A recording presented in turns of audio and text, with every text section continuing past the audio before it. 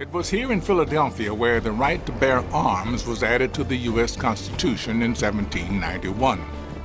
Today, it's reeling from gun violence with almost 5 shootings a day.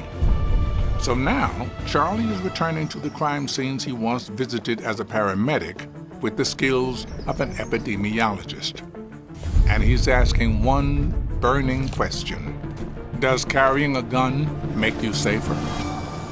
It is important to begin to think about whether a gun is protective or perilous, and if you are in possession of a firearm, under what conditions will you be able to protect yourself?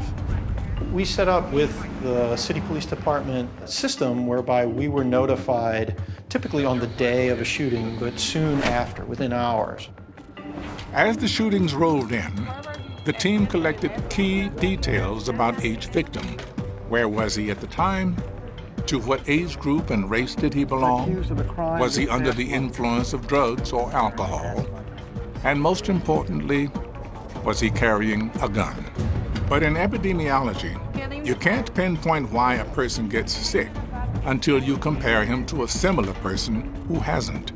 So, for every gunshot victim, Charlie's team had to find a comparable person who was not shot. For over 2.5 years, Charlie and his team collected data on almost 3,500 shootings.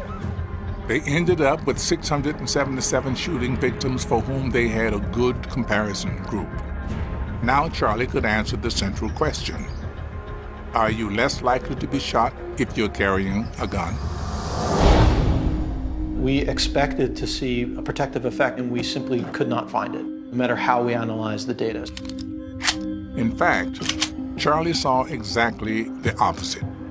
Philadelphians were 4.5 times more likely to be shot if they were in possession of a gun.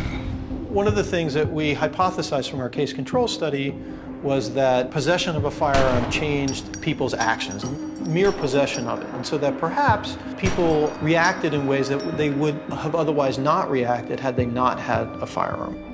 Charlie plans further research to see whether firearm training could make guns more protective. But his research on gun possession sends a simple message: if you want to lower your chances of being shot, don't carry a gun.